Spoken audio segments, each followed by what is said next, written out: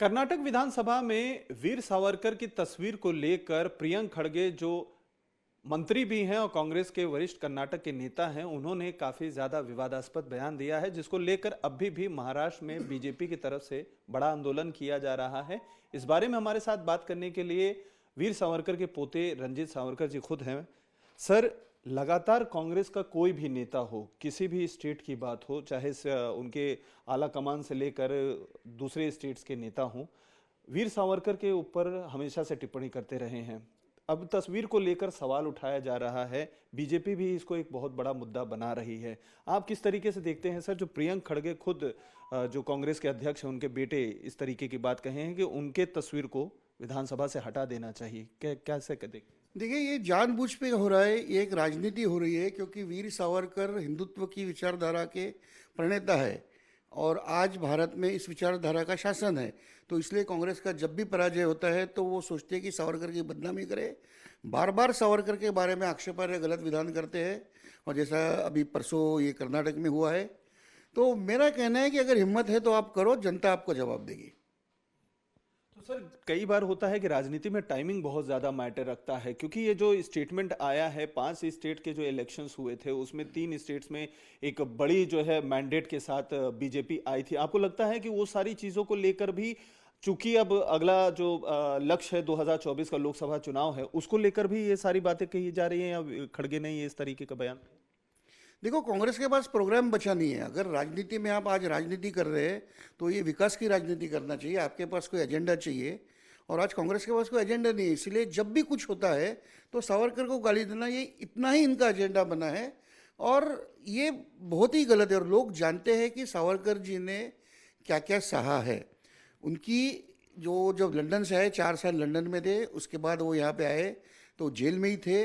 उनकी और उनकी बीवी की भेंट सिर्फ 15 मिनट के लिए हुई थी, जबकि नेहरू और गांधी जी तो जब पुणे में थे, इसमें आगा खान पैलेस में, तो उनकी तो पूरी फैमिली उनके साथ रह रही थी वहाँ पे। ऐसा इनका कारावास है। और सावरकर जी के बड़े भाई वो जब अंडमान में थे तो उनके बीवी को मिलने तक नहीं दिया उन्होंने। वो और जबकि वो हक है, हर साल आपको मीटिंग का हक है, तो 8 साल तक नहीं मिलने दिया। तो यसु भाभी, उनकी मौत हो गई और मौत के 3 दिन के बाद सरकार ने अलाउ किया कि आप जाके मिलो। और उसके बाद भी जब तक सावरकर जी के भाई अंडमान नहीं गए, इनको खबर तक नहीं पहुंचाई गई कि इनकी बीवी मर गई है। तो इतना क्रूर उसके बावजूद भी उनकी देश सेवा शुरू रही। और ये लोग पूछते हैं कि क्या हो गया, कि इन्होंने क्या किया। ये तो सपने में भी नहीं इन्होंने, कांग्रेस ने ऐसा कुछ सोचा होगा, ऐसा कुछ ये कर भी नहीं सकते, एक दिन भी सह नहीं सकते।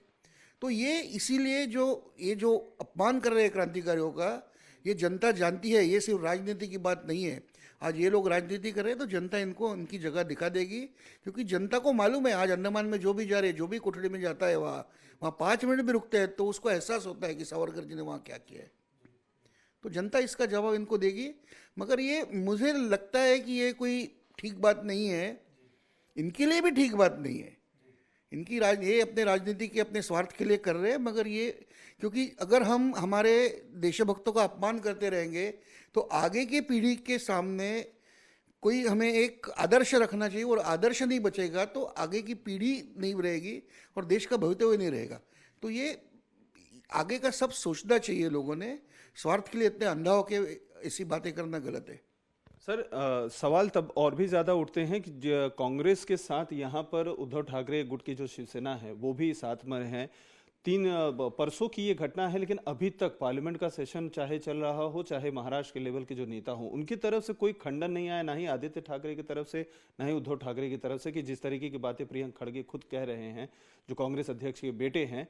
आप इसको किस तरीके से देखते हैं सर? क्या कोई लाचारी है, मजबूरी है, क्या, किस तरीके से? देखो, हमें बिल्कुल नया इसमें कुछ नहीं है। मैंने कहा, सत्ता के लिए लोग कहाँ तक जा सकते हैं, हमें इसका पूरा अनुभव है। जब मविया का सरकार था महाराष्ट्र में, उद्धव ठाकरे मुख्यमंत्री थे, तब कांग्रेस के एक शिदोरी नामक एक वृत्तपत्र है, उसमें सावरकर जी पे अश्लील लेखन हुआ था। अश्लील पूरा येलो, और जिसमें उसमें एक भी लाइन, आधी लाइन भी सच नहीं है। तो मैं खुद उद्धव ठाकरे जी से मिलने की कोशिश की थी, तो मुझे मिलने तक उन्होंने इनकार कर दिया। तब वो मुख्यमंत्री थे, होम मिनिस्टर उनका था। तो वो एक आदेश देके इस शिदोरी पे कार्रवाई करते थे, मगर उन्होंने नहीं की। तो उनसे मैं क्या अपेक्षा करूं? जब मुख्यमंत्री होते थे, उनके हाथ में अधिकार थे, तब भी उन्होंने सावरकर जी का अपमान जो कांग्रेस ने किया वो सहन किया। आज तो उनके हाथ में कुछ नहीं है।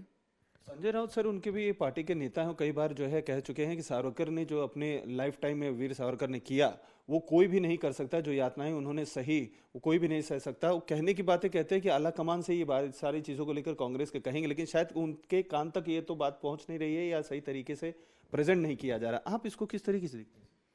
नहीं, देखो, बाला साहब ठाकरे जो थे वो सावरकर जी के कट्टर समर्थक थे।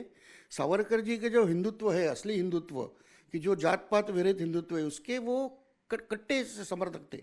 और इसीलिए शिवसेना की आज के लोगों को, और वो गलत भी नहीं करे, जब सावरकर जी देशभक्त कह रहे हैं तो वो तो कह रहे हैं, मगर कहना एक है और वो करवाना एक अलग बात होती है।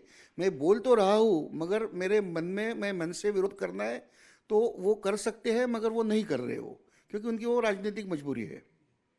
तो सर इसका जो अंत है वो कहाँ पर होने वाला है? क्योंकि बिलो द बेल्ट अब सारी जो है बातें हो रही हैं, कई सारी ऐसी विवादास्पद, जैसा कि आपने बताया कि महाविकास अघाड़ी के रहते हुए भी कई सारी बातें ऐसे कही, तो आपको कहाँ लग रहा है कि इसका पटाक्षेप कहाँ होने वाला, कहाँ खत्म होगा? देखो, कांग्रेस ये जो आज कीचड़ फेंक रही है, तो कीचड़ फेंकते फेंकते वो खुद गटर में उतर गए हैं, तो भी गटर में जो आदमी उतरा उसका अंत गटर में ही होगा। तो ये तो कांग्रेस का अंत पक्का है।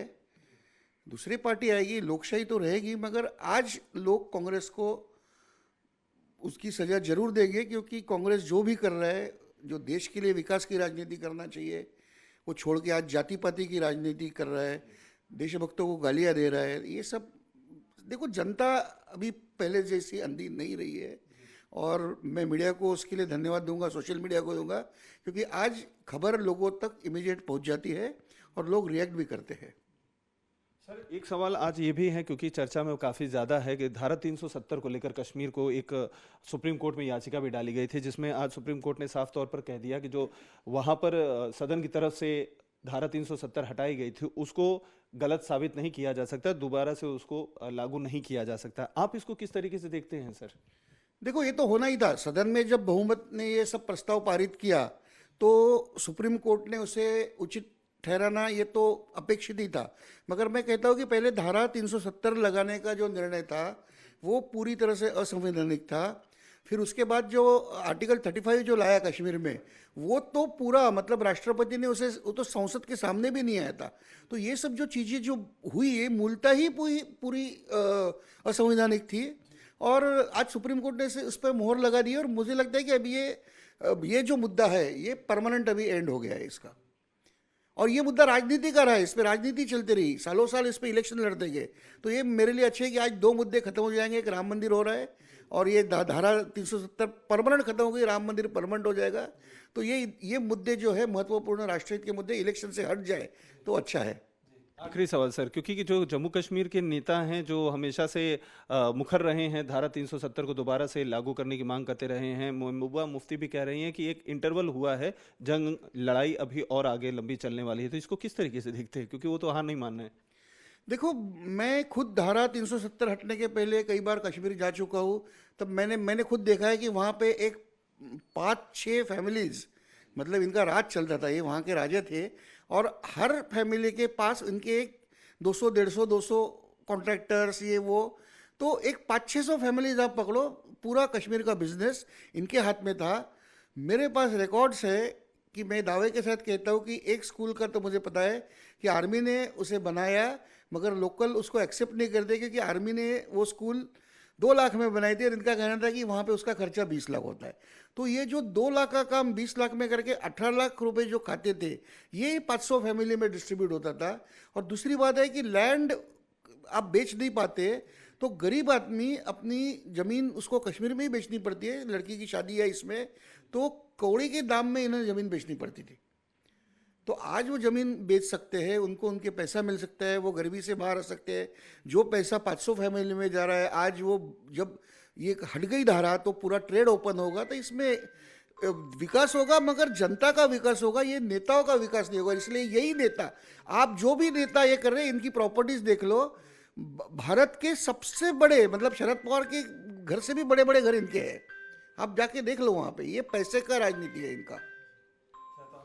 बहुत बहुत शुक्रिया। तो ये थे रंजीत सावरकर, जिनका साफ तौर पर कहना है कि जो सावरकर का मुद्दा हो या धारा 370 कश्मीर का मुद्दा हो, कम से कम धारा 370 को लेकर जो सुप्रीम कोर्ट का ऑर्डर आया है उसके बाद से अब ये विवाद खत्म हो जाना चाहिए। साथ तौर पे सावरकर को लेकर जो टिप्पणियां कांग्रेस की तरफ से की जा रही हैं उन पर भी साफ कहना है कि जनता ही इन्हें सबक सिखाएगी, क्योंकि अब जनता सच जानती है वीर सावरकर क्या थे। कैमरामैन विजेंद्र भदौरिया के साथ अतुल सिंह, इंडिया टीवी मुंबई।